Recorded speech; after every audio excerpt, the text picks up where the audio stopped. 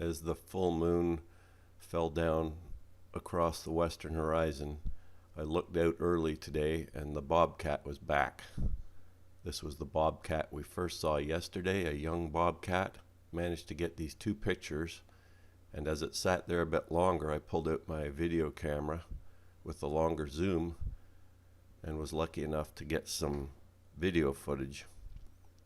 As mentioned yesterday, I had been finding remains of rabbits at my ground bird feeding station area, which was about 20 feet from where this fellow was currently sitting. And having seen this cat here yesterday, I figured he's probably, or she is probably, the culprit of what might be getting the rabbits. Typically I would just find intestines and a bit of fur, and that was it. And I was trying to think what predators might do that, and I couldn't really come up with good answers. I figured coyotes or fishers, if they managed to catch a rabbit, they'd probably just take it away. So then I wondered about great horned owl, perhaps, even though we don't seem to have many great horned owls around here. We have lots of barred owls. And from what I'd read, barred owls only really take rabbits and hares about 3 to 4% of the time in their diet, because they're not an extremely powerful owl like a great horn. So I thought, well, maybe great horned would do it. But then yesterday, when I first looked out in the morning, I saw this little cat sitting here. Say little because it does appear to be a young bobcat. It's maybe twice the size of a house cat. Its face still seems quite compressed front to back, more like a kitten or a young cat than an adult cat, where the nose gets sort of progressively longer. Also the size of the cat and the relative size of the paws to the body and whatnot. It also has these quite jumpy or jittery little movements that it makes as it goes around. And you see here in this footage where it's moving around, you can see the legs are quite short on it still. So it's a bit surprising. Now he is sort of laying down, so you don't see the full length of the legs, but he's obviously crawling and trying to sneak up on things, but you can still see the relative shortness of the legs, I believe. Also, the cat was being quite cautious, I guess, probably because of its youthfulness, trying to, you can see there a different rabbit that it's got its eyes on now. And I was a bit surprised that it didn't just jump up and chase it, being so close to it here, only maybe 15 feet away. But again, I pass that off possibly to its youthfulness. I'm not sure if a mother cat might still be around for this young one. It seems to be just on its own as far as I can tell. I haven't seen any other cats. This is the first bobcat, I believe, that I've seen live in Ontario. They are scattered through this area of southeastern Ontario. As far as I can see, there are occurrences, people seeing them in scattered areas, but as far as I can see, or as far as I can describe, I don't think they'd be anything but uncommon to rare at best.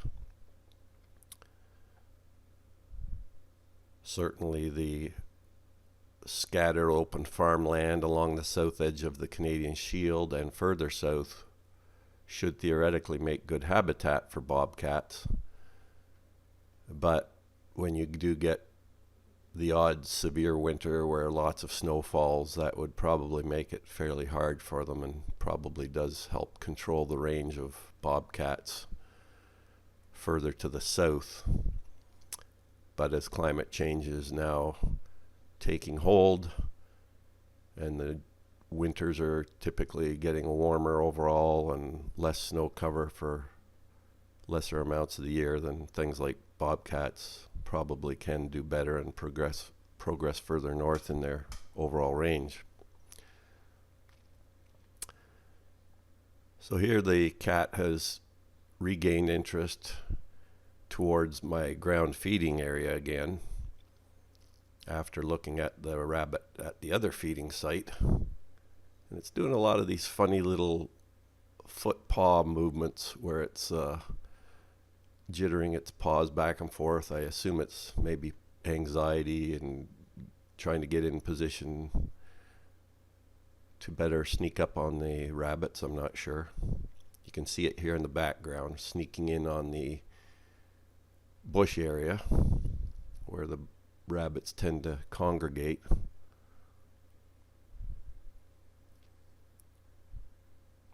It's hard to sit and watch this kind of thing, knowing that you could see a rabbit or whatever get killed, and that's not something I enjoy doing. But on the other hand, this is nature.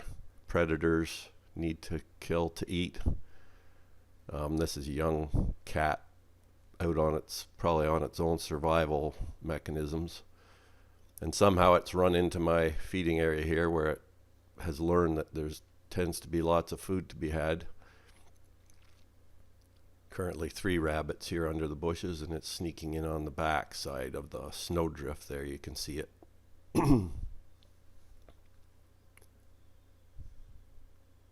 Again, I kept thinking this thing was going to make a mad dash in all of a sudden and fly in at a great speed, and again, perhaps because of its youth, it was a lot more creeping in its advancement towards the prey. Here comes one rabbit in that was close to the cat at the back. Now it's moved in.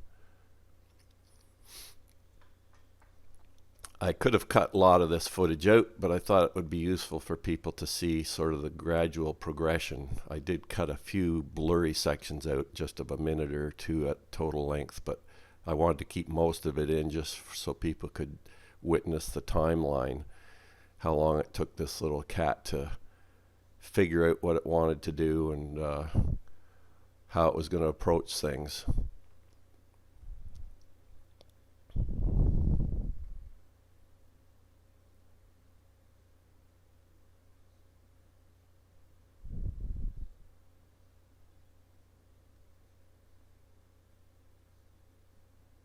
Blue jays didn't seem too concerned.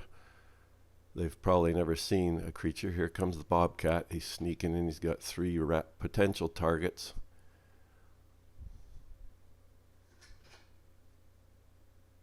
A little quick, fairly quick little jump, and then unfortunately, the camera started acting up and I couldn't get it. Anyhow, he caught one. And here he's basically got it by the neck and biting it. And it's still alive, but not for much longer. What I actually did see was as it got close, I didn't get it in the film unfortunately, but as it got close to the rabbit, it extended its long foreleg and the claws just grabbed onto the back of the rabbit, and then he basically could draw it in. But you could see from the attack itself, the cat wasn't, being young, it wasn't really speedy, but had enough quickness with its legs and claws to still grab one.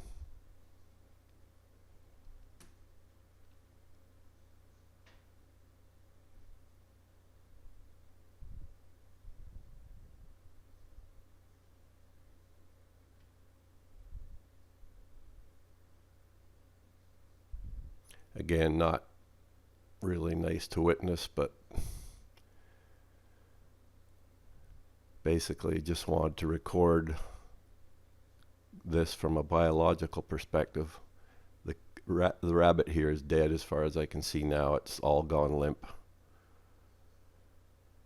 And in the past, when I'd found the intestines right here, I assumed whatever it was had eaten it here, but you can see here he chooses to drag it away.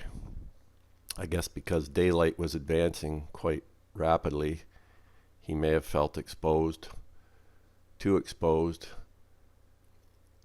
But you can see how big the rabbit is compared to himself. He actually didn't look a whole lot bigger than the rabbit when you saw him sneaking in on them. He almost looked like a rabbit himself moving around, but here he drags it off and up towards the woods.